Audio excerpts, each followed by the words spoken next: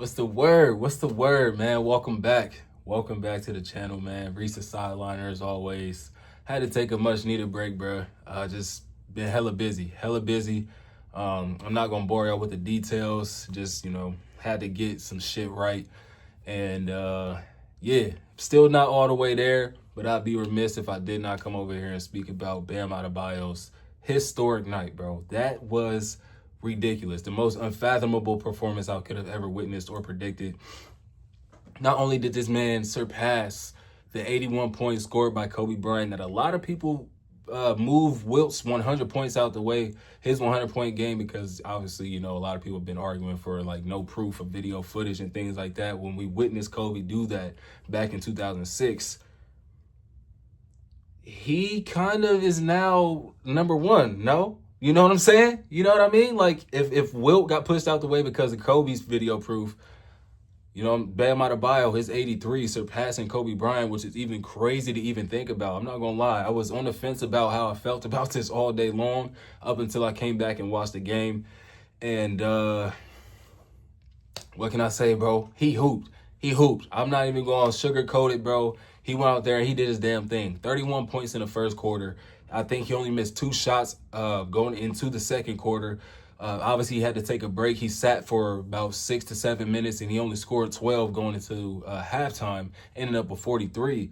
Then ended up breaking LeBron's Miami Heat all-time single game record for scoring of 61 points. He goes into the fourth quarter with 62 and just balls out in the fourth. 21 points in the fourth quarter. You could argue that last 3 minutes was nasty basketball, because I'm not gonna lie, that was kind of crazy to witness. Obviously, himself taking the shot, like just shooting the ball, you got to go for it, because if I'm not mistaken, that's what a lot of hoop fans, majority of us hoop fans, have been begging somebody to do for the past however long. You've seen guys drop 60, 70, get close to getting to 75, 80 in the Luka Doncic or Donovan Mitchell or Damian Lillard, Joel Embiid over the past few seasons. These guys putting on these performances, but nobody has actually been able to get close to that 80-point benchmark or even surpass the 81 of Kobe Bryant. A lot of us revered that as an untouchable record, even though we've been seeing these scoring peaks slowly but surely climbing. It just seemed so unimaginable that somebody could score 80 plus points once more, as Bam Adebayo did last night. It was just him being on fire. Like, what can I say? He was feeling it coming from the jump. He hit the first shot of the game and he just kept it rolling. Like I said, 31 points in the first quarter.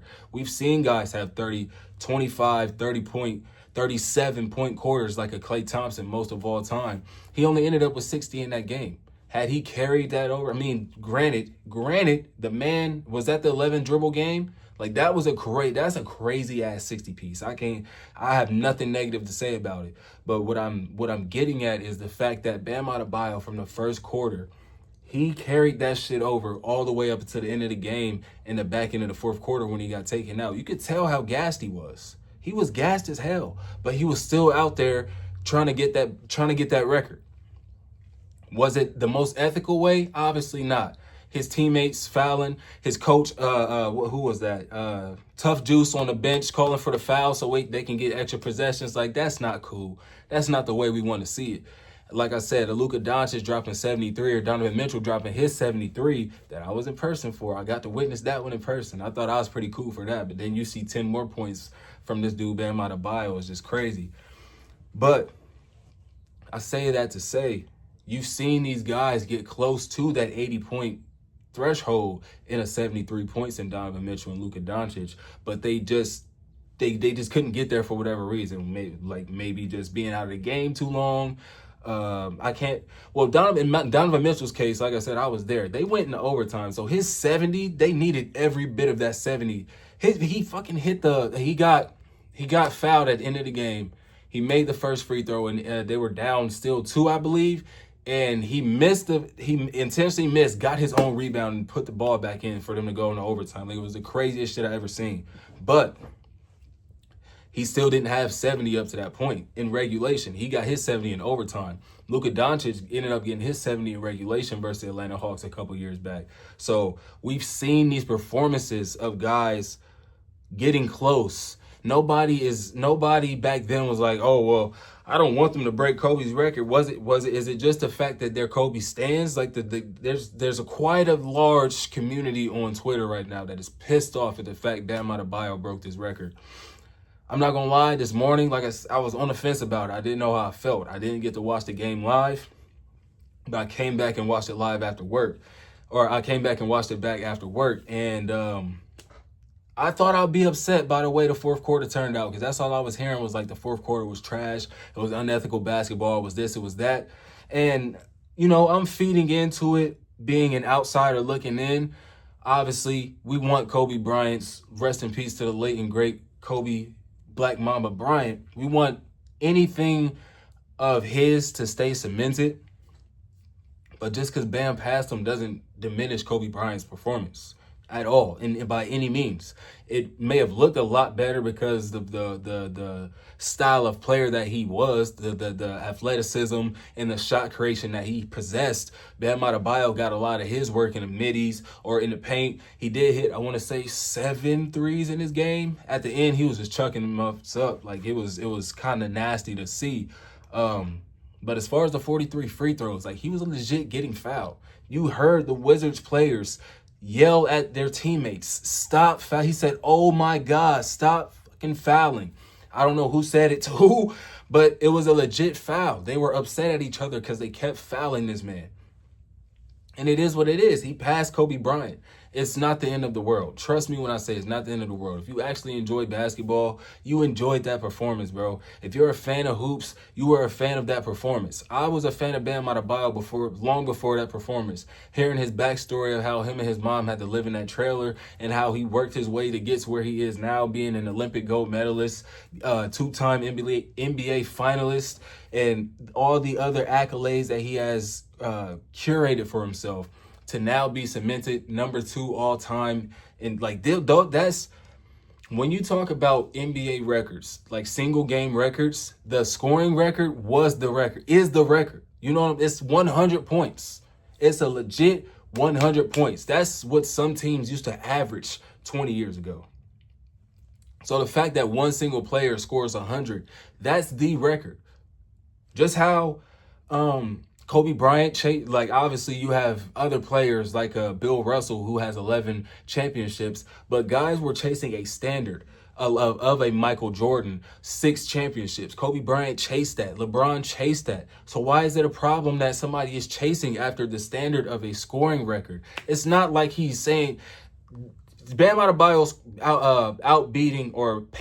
outpacing, beating out, whatever, however you want to phrase it, Kobe Bryant's scoring record by 2 points is not going to diminish Kobe Bryant's career. He is still a 5-time NBA champion, 2-time Finals MVP, all the defensive accolades that you could ask for a guard, scoring champion. Everything about Kobe Bryant is still what it is. Nothing changed. We don't have to be upset at this. All he did was hoop. Like, what you want him to do? He went out there and played basketball. Yeah, if I got 70 plus points and it's still 7 minutes in the game, on my soul, I'm going for that 81. I love Kobe to death. He's right here on my wall. But I promise you, if I was in the league, if I was Bam Adebayo last night and I see I got 75 points and it's 5 minutes left in this game, y'all better swing that rock. Swing, motherfucker, like Bron said. I need that rock. I need that record.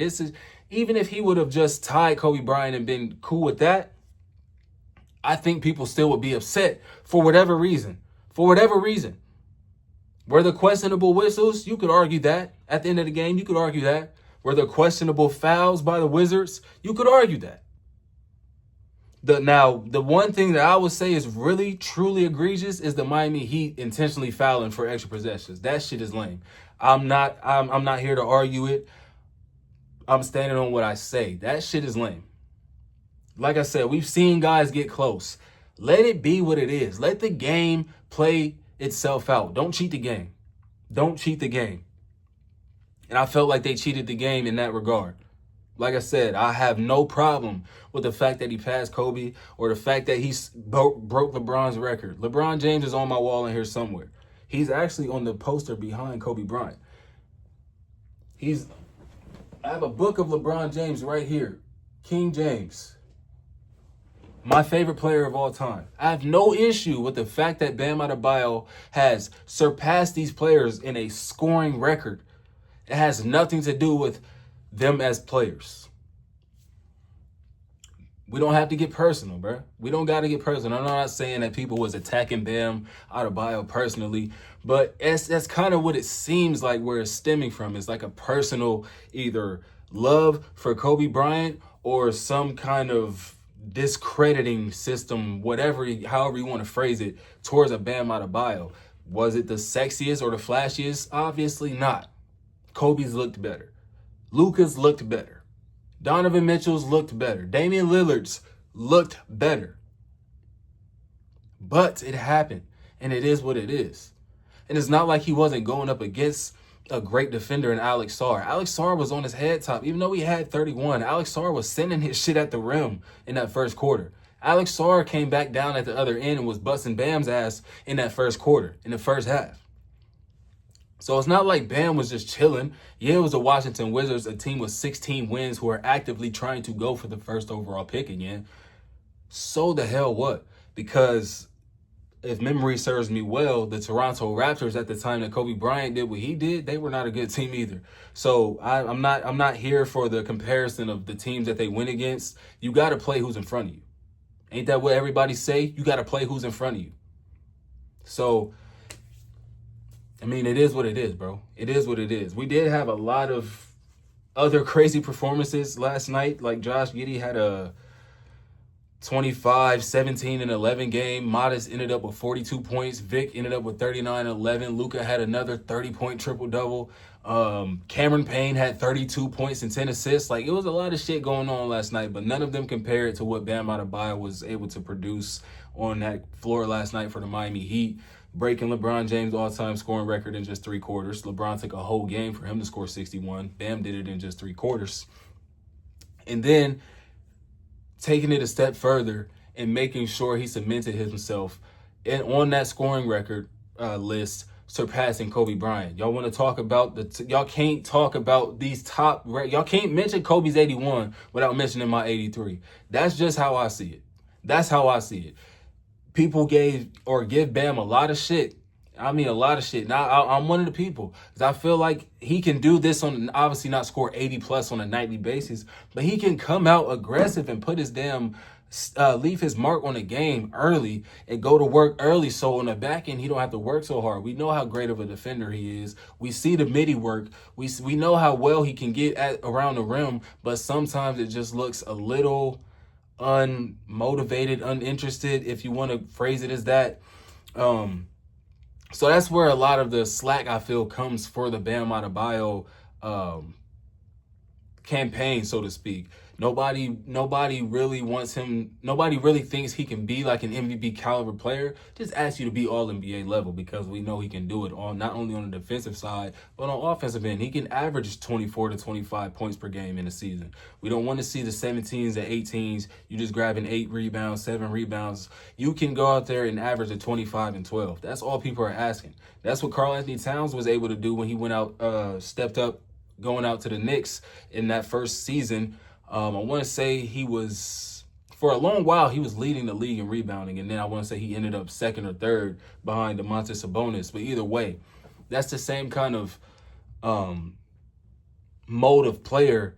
Obviously, a much better defender than Karl-Anthony Towns and not as great of a three-point shooter. But the same mode of kind of guys that can get it in on both ends while also being a high-volume scorer. And that's just what it is, man. Bam Adebayo is going down in history as one of the greatest single-game individual performances or scorers, however you want to say it, in NBA history of all time. And it is what it is. I'm going to wrap it up right there, though, man. It's been a while. It's been a while. And I can't even cap, bro. I'm back. Once I get one under the belt, I get rolling. So Definitely expect your boy to be locked back in. Obviously, the playoffs is around the corner. I didn't intentionally do this. Like I said, man, it's hard. It's hard working 50, 60-hour weeks, man. And then coming home and not having the motivation to watch games or the energy to make a video after watching the game. It's tough. It's tough. But I mean, I'm gonna make it shake, bro, because this is what I love to do. I love talking about basketball. I love the game of basketball. If you can't see from this wall, this is all basketball. This is what I do, bro. Like I'm ingrained in the game, bro, and it's ingrained into me. So yeah, expect your boy to be back, man. Reese the Sideliner signing off. I appreciate y'all tuning in, and I'll catch y'all on the next one. Peace.